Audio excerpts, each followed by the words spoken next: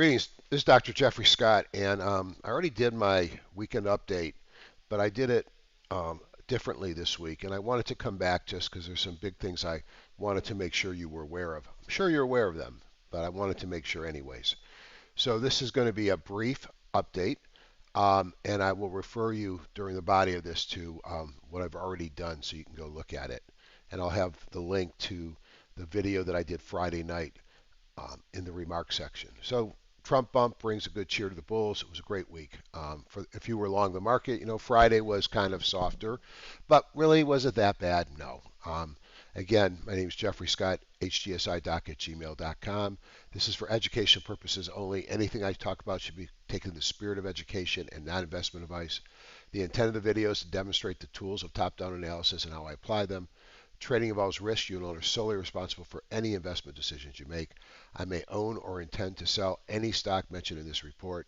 Trading stocks and options should be considered risky, and you should consult with your financial advisors before making trades. And I have tools in multiple platforms.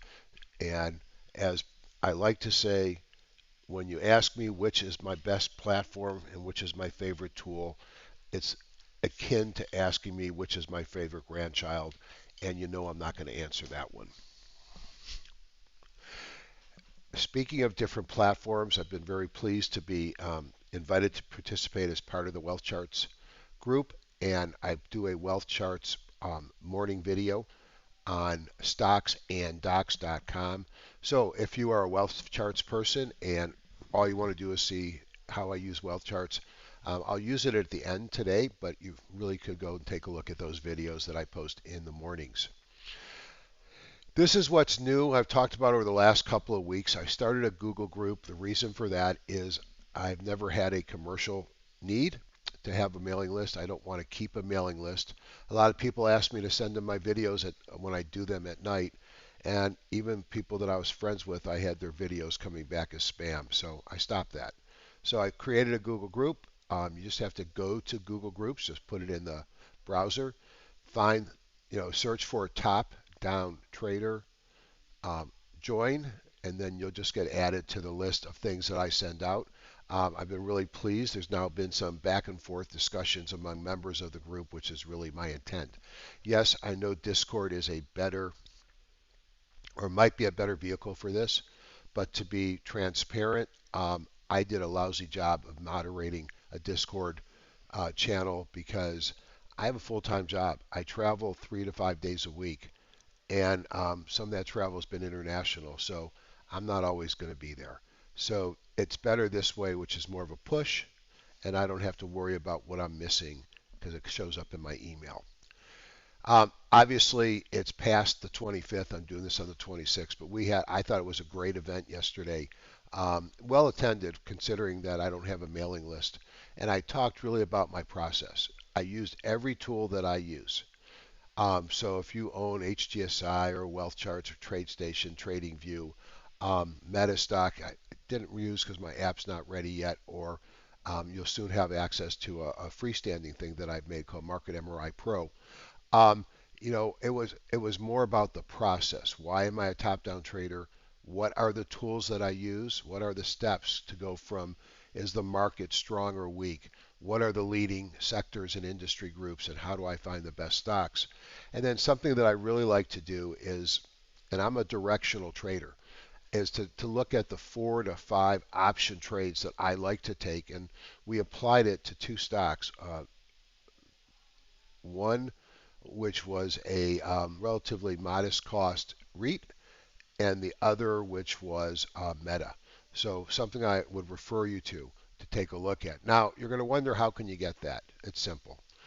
I really would like to grow my Google group, and I'm going to give anybody that signs up by the end of the day on the 28th access to my course at no charge. You'll be able to download the video. It's 3.5 hours. Um, Goes over the rational process and results, again, multiple trading platforms, and then that special bonus at the end of how I put these into options. I go a little bit through money management, but it's 3.5 hours. I do 3-day courses, and you'll get the slides. And no cost to join, no requirements to purchase or own any of my tools or platforms. The other thing I wanted to bring up is it is real. We are going to have the Orange County meeting again. I try and do 2 meetings a year, but with my day job, it doesn't always work that way. Um, the first weekend of June, if it's the first, second, third, or the last weekend in May, is ASCO, which is the large convention for cancer doctors. So my wife goes away and gives me permission to take the back half of that week off and go to Orange County. So every year we try and do a program here. It sort of pays homage to some people we've lost, including a great trader, George Lee. It will be held in Tustin, Orange County, June 6th, 7th, and 8th. Um, for more information, contact Greg Mills, GAM72054 at AOL.com. Typically, we have 4 to 6 speakers. I'll speak about 40 to 50% of the time. I could speak 100% or 20%. It really depends on how many speakers want to speak. And they're all traders, everybody there. And it's, there's some commercial-ish entities. I mean, Chris White of Edge Raider has this great tool, and he's always been gracious enough. And since he's in London, the hours are always weird for him, but he'll speak. I'll speak, and we'll see who else we can find to enhance and increase. Dev Keshaw, who's a great trader, also speaks as well. One of the reasons why I wanted to do this today, after I did the thing I did over the weekend, was because of this. This is a humdinger of a week. It is, if you want to see news-driven volatility, how can you beat this? New home sales, durable goods, Case-Shiller, those would be important in a regular cycle, and they are. Trade imbalances. But 2 o'clock on Wednesday, you're going to get the Fed decision.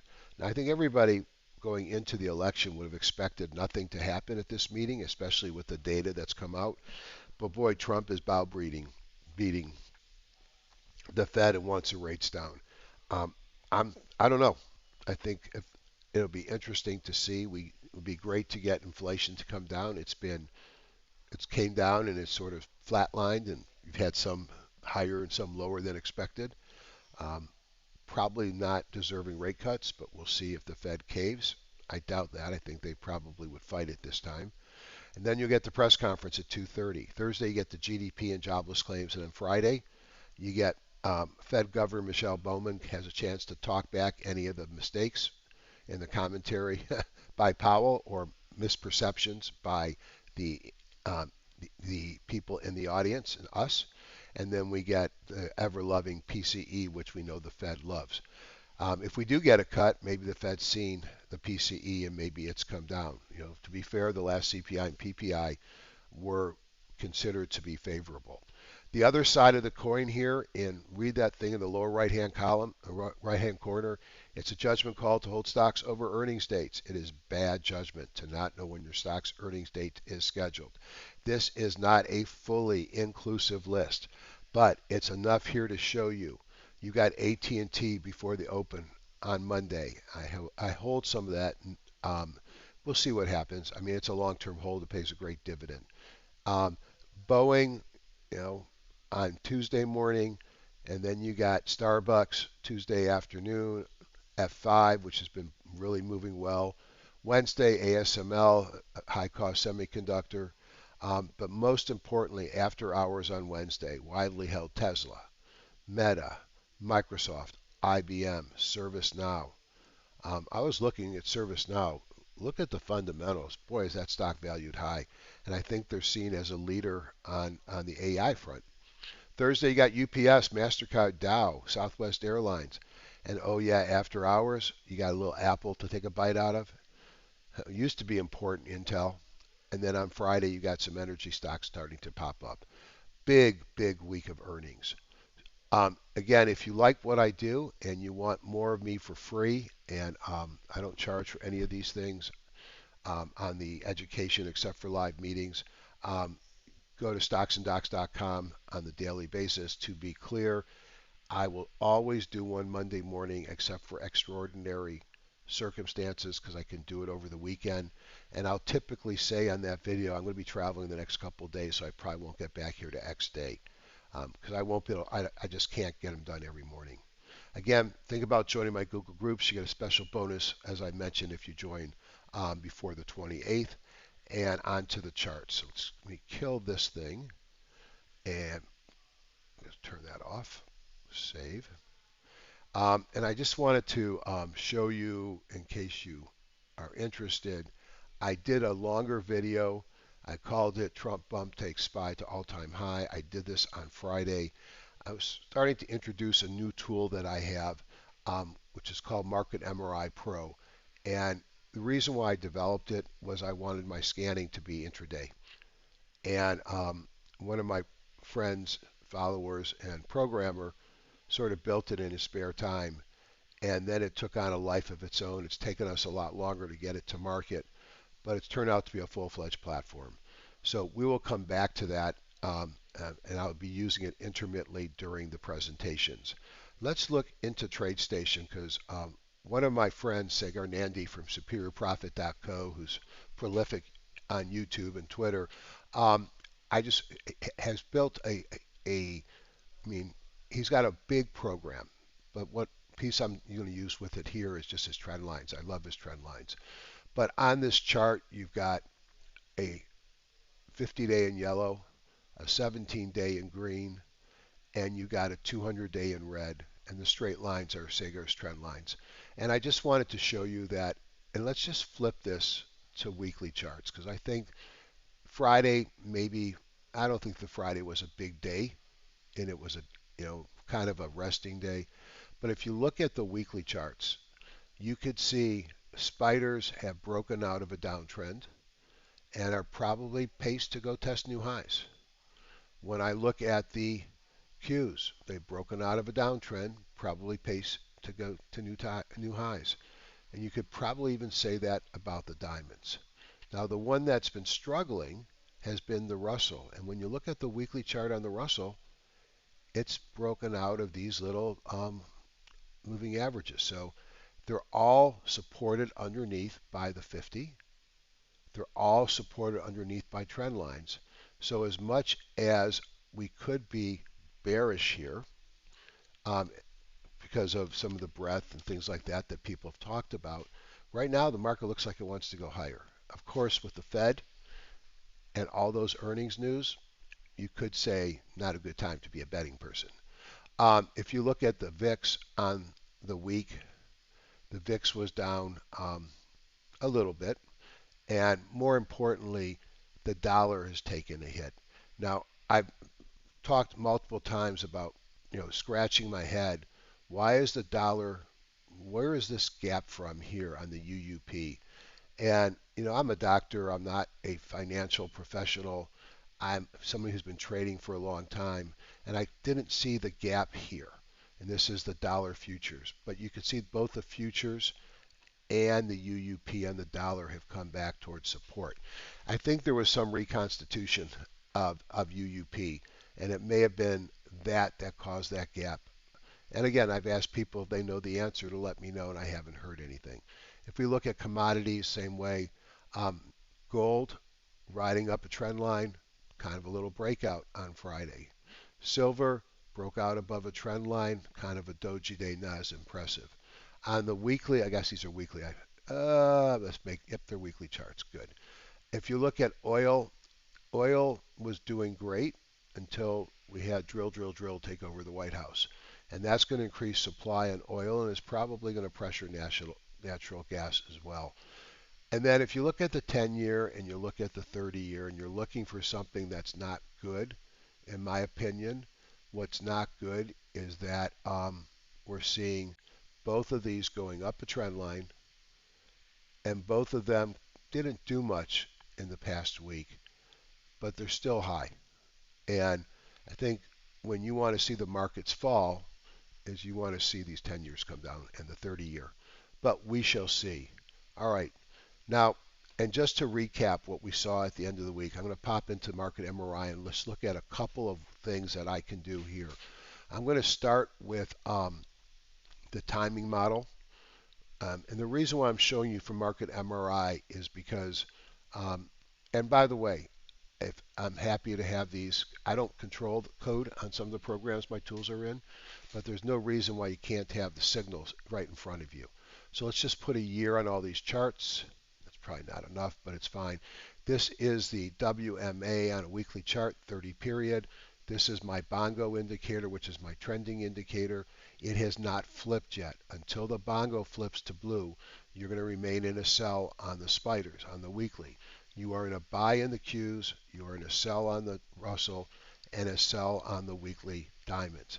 I would love to see these turn into a buy, and you could see the spider did not come out of a buy from the week starting November 6th or 13th of 2023.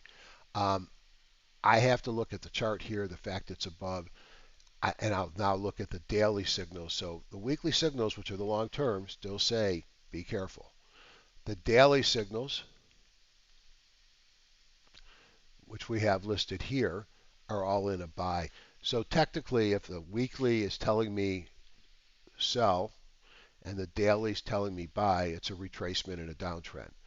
But if a retracement and a downtrend continues, you have a breakout. And right now, these things look like they're heading to breakout. Am I all in? No. This signal tells me to be careful. So I have cash on the side. I am long. I have very little short positions, although I have a lot of spreads where I'm selling something, but that's against a long thing. So I think there's still caution to be had, and maybe it's because of the FOMC. So I'll pay attention to that. The buckets, which we talk about, where we look to see where stocks fall within their Bollinger Bands, I put it into 4 different indexes here. So it's not just the S&P 1500. I did that because I think all these indexes are different and may not all behave at the same time. This one is going through a lot of stocks. It takes time to build. Let's give it a second. And just for those that haven't been to me before, um, if you take any stock and put Bollinger Bands on it, it typically will spend 90% of its time going between the top band and the bottom band. In an uptrend, it goes typically from the top band to the center, which is a 20-day moving average, and back to the top. In a downtrend, it typically goes from the bottom band up to the center line and back down. You could call the bottom band 0 and the top band 100, and then you can make 10 deciles between 0 and 100. And if you have stocks above the Bollinger Bands, that's an aberration, but it occurs 5% of the time. If you have stocks below the Bollinger Bands, another aberration 5% of the time. And so all we've done with these 4 charts is we took every stock in the index, looked at their percent B, and put them in the stack that they belonged. During a bull market, and look at the NYC and the spiders. These look like a bull market where most of the stocks are in the upper part of their Bollinger Bands, but very few of them are above. And actually, Thursday, this is how many were above. I don't pay attention to how many were above until we're 15 or 20%. So we're not extended, bullish looking on the NYSE and SPY. These are the number below, and when they get to be 25 or 35%, you know it's time to go in and go long, but we're not there. Interestingly, the NASDAQ and the Russell are much more equal distribution. So the strength is in the NYSE and the 1500. That's all that it tells me. I have a market breadth tool. Let's let this load up.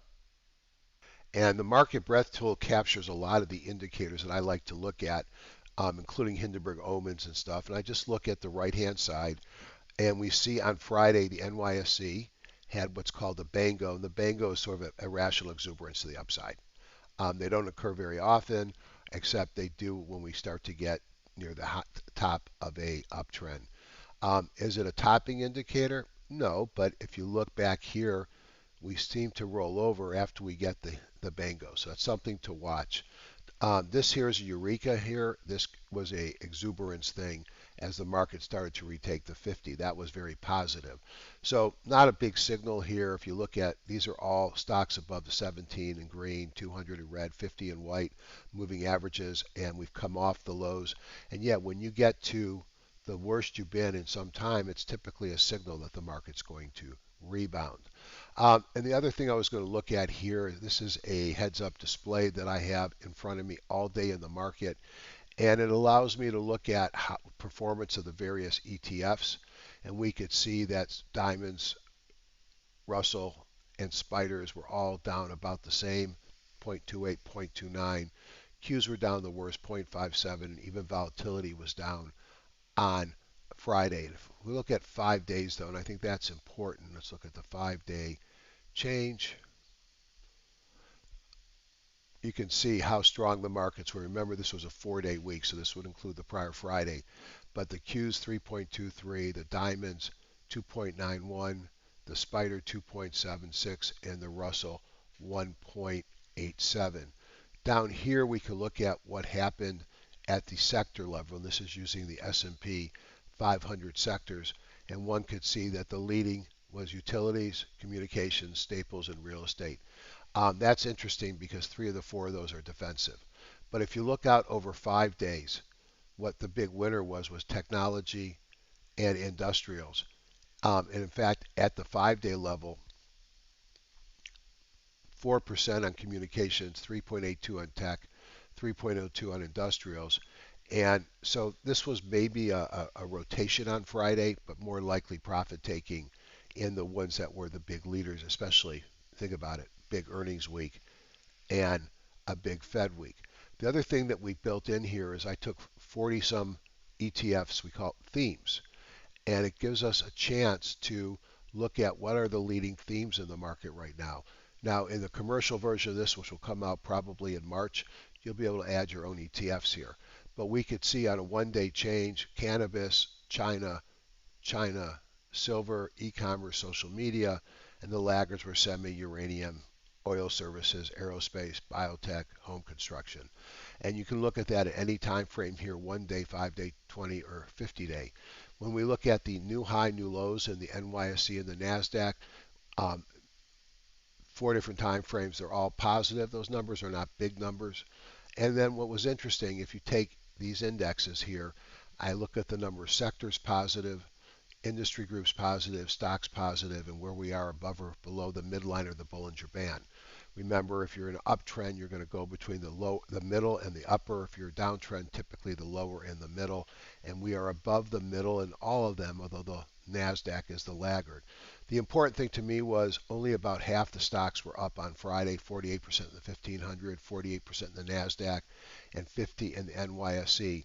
And if you look at the sector and industry group level, they all weakened some compared to the prior session in the market.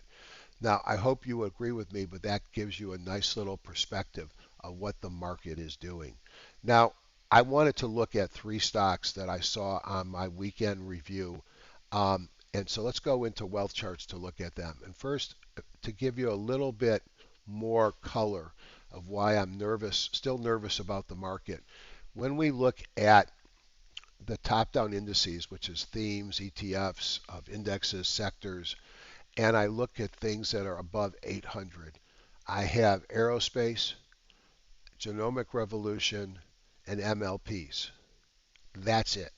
In a rip-roaring bull market, you're going to see semiconductors there, communications, um, ARC 50, so many different things. And when you start to drop into the 700s, you're not seeing, cha-cha-cha, rah-rah-rah growth. You're seeing notes, healthcare services, Germany, European, telemedicine, health. So health is doing something. European financials, Italy, France, not what you typically see in a rah-rah-rah bull market. So that was another concern. But here are the 3 stocks that I really thought were interesting this weekend, and then some caveats. So Meta, boy, Meta looks like it wants to break out, doesn't it? I mean, it just took out the prior high here, so it's an all-time high territory. That means there's no resistance above. It had a little bit of a base in here. It's in a beautiful uptrend. It had good volume on Friday coming out of a squeeze, not overly extended. That's what happens when you have a sideways motion. You take rid of that. Your relative strength versus the spider, strong in your OBV. What's the challenge with Meta? The challenge with Meta, it's got earnings Thursday afternoon. Now, one thing you could do if you wanted to, let's see if it works today, and go into seasonality, and let's type in Meta. I did something to, I don't want to say mess it up, but so if you look at Meta, and let's set the dates right. So this one says, all right, we got to push this way ahead to January. So if we push this to, we're January 26th, so let's find the closest date to January 26th. That's after earnings, so let's put it before. So if, and then let's push this to a month. Okay. So if you look at Meta between January 22nd, and you have earnings in here, to February 26th, up 7 out of 10 times, 3.31% average return, max profit 25, max loss 35. You could see on Meta on a weekly chart how it's projecting a move from earnings. So with Meta, and I'm not saying that you should take the earnings trade because it's not the one that I always take in this quarter. That is, there's nothing guaranteed, and but seasonally strong period of time for Meta, and I am always a fan of Meta, and I think Meta breaking out here looks interesting. Weave, don't know anything about him except we know communications are strong. Why did I like Weave? Big uptrend, sideways move, enough to give it a squeeze. You had a PSAR reversal, a Bongo reversal, definitely not extended. Relative strength is peaking up above its moving average, as is OBV. And you probably could come in here and draw something like, whoops,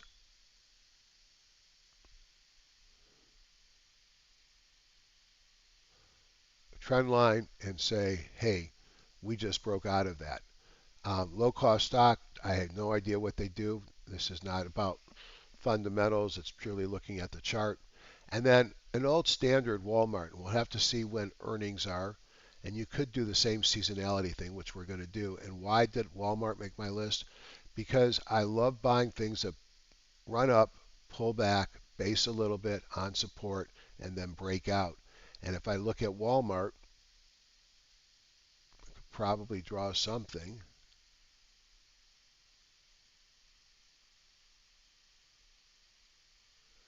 that says we just broke out of that trend line as well.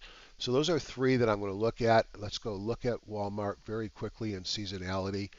Um, there's a lot of products on the market. There are freestanding seasonalities. One of the things I like so much about wealth charts is it builds it in for you. So let's see what it's telling me about seasonality. Um, Over the next 10 weeks, also starting on the 22nd, up 7 out of 10 times, pretty average return. So this one much less exciting when you look at projected. Um, but I do like the chart. So I'm going to leave you with that. I hope you have a great week. Please consider joining my Google Groups. Love to send you that educational program. If you watch me and you even think you like some of this, but you're confused because you don't know what all these words mean, the funny names, the kahunas, and things like that, that's what you do the video for because I got the definition. Have a great week, and good luck with the FOMC and earnings.